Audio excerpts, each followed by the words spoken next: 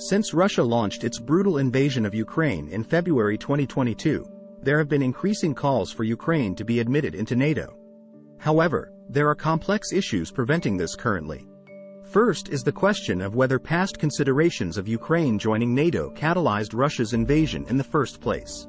Putin has blamed NATO expansion near Russia's borders as a threat, using this to justify his war on Ukraine. But most experts see this as propaganda and an excuse for Russia's imperialist aims to dominate its neighbors. Additionally, NATO requires new members to have the military capability to defend themselves and alliance partners. While Ukraine has resisted Russia's advances, its military has suffered losses that would need rebuilding. Also, all NATO members must approve new candidates. Hungary's pro-Putin President Orban would likely veto Ukraine's bid. Many believe Russia would have never invaded Ukraine if it was already part of NATO. Ukrainian President Zelensky has stated this publicly. Russia likely attacked before Ukraine could join NATO, which would have obligated the alliance to defend Ukraine. In a telling admission last June, Russian mercenary leader Prigozhin said the invasion wasn't over threats from Ukraine, but rather greed among Russian elites who wanted to plunder Ukraine's resources. Most experts agree that earlier NATO membership would have deterred Russia from attacking Ukraine. Anyone following the invasion has witnessed Russia's horrific destruction of cities and civilian targets. Russia has also caused environmental catastrophes, like the destruction of the Nova Kakhovka Dam on the Dnipro River in June 2023, flooding thousands of Ukrainian homes. Russia also reportedly rigged explosives at the Zaporizhzhia nuclear plant, which if detonated could cause fallout across Ukraine and beyond. In response, U.S. senators have warned such an attack would trigger NATO's collective defense obligations. Ukraine's intelligence also says Russia planned the Nova Kakhovka attack since late 2022. So far, Russia has bombarded Ukraine with over 5,000 missiles and drones, intentionally hitting civilian sites contrary to the laws of war. Syria's refugees know well Russia's standard tactic of bombing hospitals and schools. Ukraine desperately needs NATO protection from these ruthless attacks. But NATO cannot admit members amid ongoing conflict. So Ukraine is stuck needing NATO support because of Russia's invasion, while being unable to get it until after hostilities conclude. EU membership also provides advantages when seeking to join NATO. To be considered for EU admission, prospective members must meet accession criteria like respect for democracy and human rights, a functioning open economy, and adoption of all EU regulations and laws.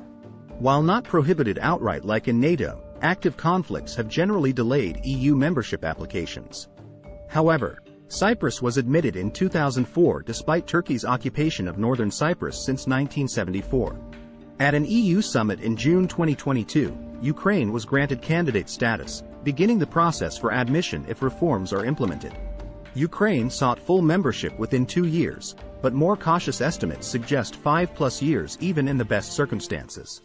Once admitted, Ukraine would immediately become the EU's largest country by land area and have its 5th largest population with around 44 million people.